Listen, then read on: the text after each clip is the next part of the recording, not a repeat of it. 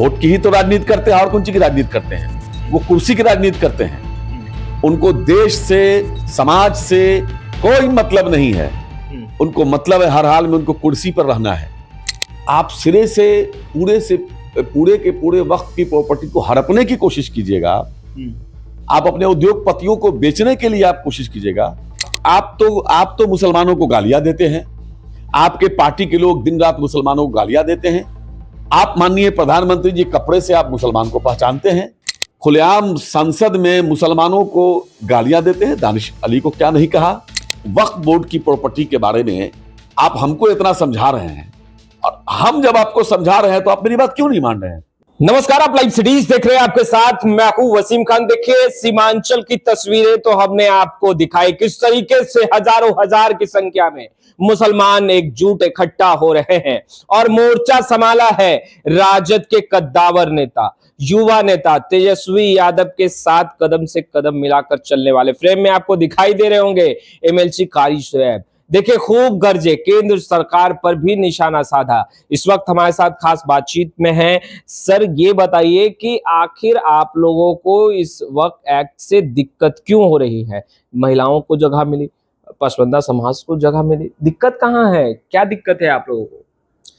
नहीं, पहली बात तो यह है कि मैं आपकी बातों को मैं कट करता हूं। जो आपने अभी कहा कि लाखों मुसलमान जमा हो रहे हैं, आप लोग एक ही एंगल देने में क्यों परेशान रहते हैं? क्या आपको वहां दलितों की बड़ी तादाद थी, वो नहीं दिखी?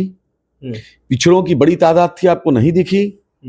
संख्या मुसलमानों की तो दिखी। आप भी खुद गरज रहे थे उस मंच पर। अच्छा, एक बात बताइए, जब दलितों के साथ जुल्म किया गया, दलित एक्ट को खत्म किया गया मोदी सरकार द्वारा, सड़कों पे आंदोलन हुआ, क्या मुसलमानों की संख्या आपको नहीं दिखी थी? बहुत। ये जब संविधान का वायलेशन होगा तब तक देश का सभी वर्ग, चाहे वो दलित हो, मुसलमान हो, पिछड़ा हो, क्या आरक्षण को खत्म करने की जब साजिश होती, मुसलमान आपको सड़कों पे नहीं दिखता है क्या? सब लोग सड़क पे उतरते हैं, चाहे सवर्ण समाज के वो लोग जो संविधान पे विश्वास रखते हो, दलित समाज के वो लोग, मुसलमान समाज के वो लोग, पिछड़ा समाज के वो लोग, जो भी लोग संविधान पे विश्वास रखेंगे, वो ऐसे असंवैधानिक, अलोकतांत्रिक कानून के खिलाफ तो सड़कों पे उतरेंगे ही। नहीं, दिक्कत क्या है? दिक्कत बताइए। आपने देखा होगा मंच पे भी बहुत सारे हमारे हिंदू समाज के लोग मौजूद थे जिन्होंने भाषण दिया। हमारे राष्ट्रीय प्रवक्ता, राज्यसभा सांसद प्रोफेसर मनोज झा भी वहां मौजूद थे। हमारी पूरी पार्टी, आपने देखा होगा यहाँ धरना पे आता नहीं, लालू प्रसाद यादव, इस उम्र में जहां उनको चलना मुश्किल हो रहा है, बीमार थे, उसी के 2 दिन के बाद उनको हॉस्पिटल में एडमिट होना पड़ा। उस हालत में भी वो अपने आप को नहीं रोक पाए, क्योंकि लालू यादव जी का ये इतिहास रहा है कि जब जब जुल्म हुआ है मजलूम के साथ वो खड़े हुए हैं। उन्होंने अपनी जान को जान नहीं समझा कभी भी। आदरणीय तेजस्वी यादव जी वहां मौजूद थे। तेजस्वी जी ने कहा, सत्ता आए या जाए उसकी कोई परवाह नहीं है। हम ऐसे काले कानून उस वक्त ऐसे काले कानून के साथ खड़े रहेंगे। उस वक्त बिल आया था, कानून की शक्ल नहीं लिया था। उन्होंने कहा था कि हम ऐसे बिल का समर्थन नहीं कर सकते हैं। तो सवाल ये नहीं है, सवाल ये है कि आखिर किसी पार्टी को किसने अधिकार दिया है कि असंवैधानिक, अलोकतांत्रिक काम आप कीजिए? सुप्रीम कोर्ट फटकारता रहता है। तमिलनाडु के गवर्नर के बारे में सुप्रीम कोर्ट ने सख्त टिप्पणी की कि असंवैधानिक काम कर रहे हैं, लेकिन क्या केंद्र सरकार उनको हटाई? क्या केंद्र सरकार ने उनसे इस्तीफा लिया? उनका एमपी निशिकांत दुबे किस बदतमीजी से बोलता है वो, और किस तरह से माननीय सुप्रीम कोर्ट पर उन्होंने जो इल्जाम लगाया है, इतनी घटिया, जिसकी जितनी भी निंदा की जाए वो कम है। क्या केंद्र सरकार ने या भाजपा ने कोई ऐसा ये किया? सीधे कह देना जेपी नड्डा के जरिए कि पार्टी से अलग करती हो गया, ये कौन सी बात हो गई भाई? ये कौन सा हो गया कि अलग करती क्यों है? ये नाराजगी के कारण? नाराजगी, आप असंवैधानिक, अलोकतांत्रिक बिल आप लाके पास कर दिए अपने तानाशाही से। आपने मतलब किसी की बात नहीं सुनी। जेपीसी में राष्ट्रीय जनता दल ने बहुत मजबूती से सारे पक्षों को रखा। आपको समझा के रह गए सारे विपक्षी एमपी। हाथ जोड़ते रहे सब लोग पार्लियामेंट के अंदर कि आप इसमें जिद मत कीजिए। एक भी बात को आपने नहीं माना किसी को। सारे मुस्लिम संगठन और सारे लोग देश भर के, आपने जितनी भी मीटिंगें की, सारे लोगों ने आपको समझाया। मैं खुद था, मैंने देखा वहां कि किस तरह से खाना पूरी के लिए इन्होंने वो मीटिंग बुलाई थी। किसी की बात नहीं सुना। कोई बोलना चाहता था तो ठीक है लिखा हुआ दे दीजिए ले लेते थे। वो जेडीयू के नेताओं को आपने नहीं सुना है? जेडीयू के नेता थे ही नहीं। जेडीयू के नेता तो सदन के अंदर तो जेडीयू के नेता तो एड़ी अलगा अलगा के ललन सिंह बोल रहे थे इस बिल के हिमायत में, जो कानून की शक्ल ले चुका है। मतलब इन लोगों ने तो हद कर दिया। पीठ में खंजर भोंकने का काम किया है नीतीश कुमार जी ने। वो तो कहते हैं वोट की राजनीति नीतीश कुमार नहीं करते। वोट की ही तो राजनीति करते हैं, और कौन सी की राजनीति करते हैं? वो कुर्सी की राजनीति करते हैं। उनको देश से, समाज से कोई मतलब नहीं है। उनको मतलब है हर हाल में उनको कुर्सी पर रहना है। कमाल करते हो यार, ऐसा कहीं बात संवाद स्थापित कर रहे हैं बोहरा समाज से, उसे आप कैसे देखते हैं? देखिए बातचीत कर रहे हैं, इस एक्ट के बारे में बता रहे हैं कि इससे पहले भी विचार विमर्श हुआ, सभी से बात हुई। हंसी आती है। किसको बेवकूफ बना रहे हैं? देश के लोगों को आप बेवकूफ समझ रहे हैं? कहां पर जो वक्फ का जो एक्ट है, जो भी एक्ट है, वक्फ का जो अपना कानून है, उसमें कहां पर लिखा हुआ है? पहले से जो है 1995 वाला है, और फिर 2013 में इसमें कुछ बदलाव किया गया था, और वो भी पार्लियामेंट के सभी पार्टियों के सहमति से, सर्वसम्मति से। उसमें भाजपा भी थी, उसमें सारे लोग थे, तमाम पार्टियां, अटल बिहारी वाजपेयी, सुषमा स्वराज दी, सब लोगों के साथ है। सब लोगों ने मिलकर सर्वसम्मति से इसको पास किया था। उसमें कहां पर लिखा हुआ है कि बोहरा समाज इसमें नहीं रहेंगे? कहां पर लिखा हुआ है कि पसमानदा समाज इसमें नहीं रहेंगे? कहां पर लिखा हुआ है कि इसमें महिलाएं नहीं रहेंगी? और आपने कौन नया कर दिया? क्यों बेवकूफ बना रहे हो? पहले से भी महिलाएं थी, हैं, पहले से भी पसमानदा हैं। इसी बिहार में एक बड़ा नाम बोलते हैं जिसको लोग आसानी से समझ जाएंगे, कहकशा परवीन, पसमानदा भी, महिला भी। तो कहां पर उस इलाके में जहां बोहरा समाज के लोग हैं, वहां बोहरा समाज के लोग भी पहले से थे, हैं। आपने एक मतलब अजीब, यही हाल इन्होंने किया था किसान आंदोलन के वक्त। नए नए फर्जी किसान को खड़ा किया जाता था। मुख्यमंत्री जी उनसे मिल रहे हैं, इसी तरह की मीटिंग वो करते थे, आपको याद होगा। किसानों से मीटिंग कर रहे हैं, किसान बोल रहे हैं बहुत अच्छा कानून है, ये फलाना है, ये ठिकाना है, यहां मीटिंग हो रही, वहां। और मीडिया उस वक्त भी इसी तरह से बदनाम कर दिया। आज देख रहे हैं मीडिया का, मैं रात में देख रहा था कि उलमाओं को किस तरह से बदनाम करने की कोशिश हो रही है मीडिया के द्वारा। एक वर्ग, भाजपा का एक समर्थक, जो एक वर्ग मीडिया है, मैं सभी मीडिया को नहीं कह सकता, एक वर्ग विशेष, मतलब जो मैनेज कर करके किस तरह से ये सारा खेल इनका शुरू हो चुका है।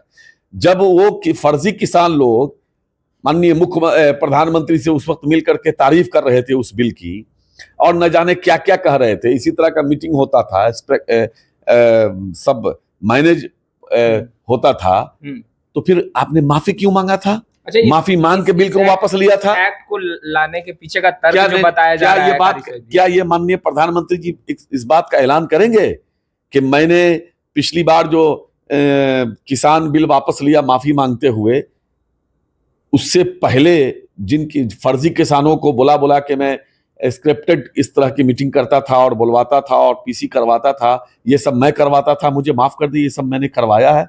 ये घटिया काम भी हम करवाते रहते हैं। माननीय प्रधानमंत्री जी इस बात का ऐलान करके और माफी मांगेंगे कि मैं सच सारी बात बताता हूं। इस एक्ट के पीछे जो तर्क दिया गया, कहा गया कि भाई जमीनों को लेकर के, और जिस तरीके से पीएम मोदी ने भी बातचीत की, उसमें भी यह बातें कही गई कि कुछ दिनों पहले ही एक जमीन खरीदा गया, और जब उस पर काम चल रहा था अचानक उसे रुकवाया गया, कहा गया ये वक्फ की जमीन है। तो कहीं ना कहीं समस्याएं उत्पन्न हो रही थी। इस तरह के तर्कों को कैसे? पहली बात तो यह है कि कोई भी चीज है अगर, तो उसमें कुछ अच्छी बुरी चीजें, अच्छी बुरे लोग, अच्छे बुरे काम होते हैं। कानून उसी के लिए बना है, कोर्ट उसी के लिए है, एडमिनिस्ट्रेशन उसी के लिए है, ठीक है ना, ये कोई नई बात नहीं है। और बहुत सारे न्यास बोर्ड की जमीन पर लोगों का कब्जा है। भाजपा ही लोग बहुत सारे जमीन पर कब्जा किए हुए हैं। अच्छा, एक दो थोड़े ही, हजारों की संख्या में बहुत सारे न्यास बोर्ड पर कब्जा है, बहुत सारे चर्च की जमीन पर कब्जा है। खुद स्ट्रक्चर कमेटी की रिपोर्ट है कि देश में वक्फ की जमीन पर सबसे ज्यादा कब्जा किसी का है तो वो सरकार का है। सरकार खुद कब्जा करके और हंगामा करती है, तो उसको दुरुस्त करने के लिए न्यायालय है, एडमिनिस्ट्रेशन है, सब लोग जाते हैं। वक्फ ट्रिब्यूनल बना, सब कुछ है, उसमें हो रहा है। एक दो मिसाल को दे करके आप सिरे से पूरे के पूरे वक्फ की प्रॉपर्टी को हड़पने की कोशिश कीजिएगा, आप अपने उद्योगपतियों को बेचने के लिए आप कोशिश कीजिएगा। सवाल यह है कि ये क्यों नहीं बताते हैं कुंभ में जो इतने लोगों की मौतें हुई उसके लिए इन्होंने किसको जिम्मेदार बनाया? क्या ये ऐलान कर देंगे कि कुंभ का कभी होगा ही नहीं, कुंभ को ही खत्म कर देंगे? स्टेशन पे भागदड़ में मौतें हुई, क्या ये स्टेशन को ही खत्म कर देंगे कि वहां मौत हो गई थी? गजब बात है भाई। और मुझे यह समझ में नहीं आता है कि तथाकथित हिंदूवादी अपने आप को यह सरकार कहती है, हिंदुओं की तथाकथित हितैषी है, हमारे हिंदू समाज के बारे में क्यों नहीं सोच रहे हो आप? क्यों नहीं इतनी सारी जमीनें हैं, क्यों नहीं हमारे जो दलित पिछड़े भाई है उनको बांटते हो? क्यों नहीं दलितों का और पिछड़ों का जो हक मार के बैठे हो उनको देते हो? अच्छा, आपको मुसलमान के इतना आप तो मुसलमानों को गालियां देते हैं, आपके पार्टी के लोग दिन रात मुसलमानों को गालियां देते हैं। आप माननीय प्रधानमंत्री जी कपड़े से आप मुसलमान को पहचानते हैं, माननीय प्रधानमंत्री जी मुसलमान को पंक्चर बनवाते हैं, आप माननीय प्रधानमंत्री जी मुसलमानों के बारे में आप न जाने क्या क्या कहते हैं, मंगलसूत्र उतार लेगा, भैंस बांध लेगा और न जाने क्या क्या। मैं उन बातों को दोहराना नहीं चाहता। आप इतने बड़े पद पर रह करके न जाने क्या क्या आपने बोला है, कोई एक दो बार नहीं। घूम रहे हैं आपको एक मिनट, इतनी आपको नफरत मुसलमानों से आपकी पार्टी वालों को है। आपके पार्टी के एमपी खुलेआम संसद में मुसलमानों को गालियां देते हैं। दानिश अली को क्या नहीं कहा, मतलब न जाने क्या क्या कहते हैं। और आपको इतनी चिंता क्यों है? जबरदस्ती तो वही बात हो गई। मैं कह रहा हूं अरे वसीम भाई, मैं आपका भला चाहता हूं, आप जो है ये कीजिए वो कीजिए। आप कह रहे हैं कि नहीं भाई मुझे नहीं चाहिए। मैं कहूं कि आप खाना खा लीजिए, मुझे पता है आपको भूख लगी। आप कह रहे भाई हमें भूख नहीं लगी है, आप जबरदस्ती क्यों खिला रहे हैं? आप हमसे रिक्वेस्ट कर रहे हैं, अब हम पिस्टल आपको तान करके 4 पुलिस वाले को बैठा करके जबरदस्ती कर रहे हैं खाओ। अरे आप वक्फ बोर्ड की प्रॉपर्टी के बारे में आप हमको इतना समझा रहे हैं, और हम जब आपको समझा रहे हैं तो आप मेरी बात क्यों नहीं मान रहे हैं? भाजपा के 2 डिप्टी सीएम हैं, सब लोग मौन हैं, लगातार दलितों का पिछड़ों का अपमान किया जा रहा है। प्रधानमंत्री क्या इस पर जवाब देंगे, इस पर कुछ बोलेंगे? देखिए, बड़े प्रश्न के साथ कारी स्वैब आगे बढ़ रहे हैं और तमाम लोगों को गोलबंद कर रहे हैं, सरकार को जगाने की बात कर रहे हैं। फिलहाल पल पल की तमाम तस्वीरें लगातार अपडेट करते रहेंगे। आपका बहुत बहुत शुक्रिया।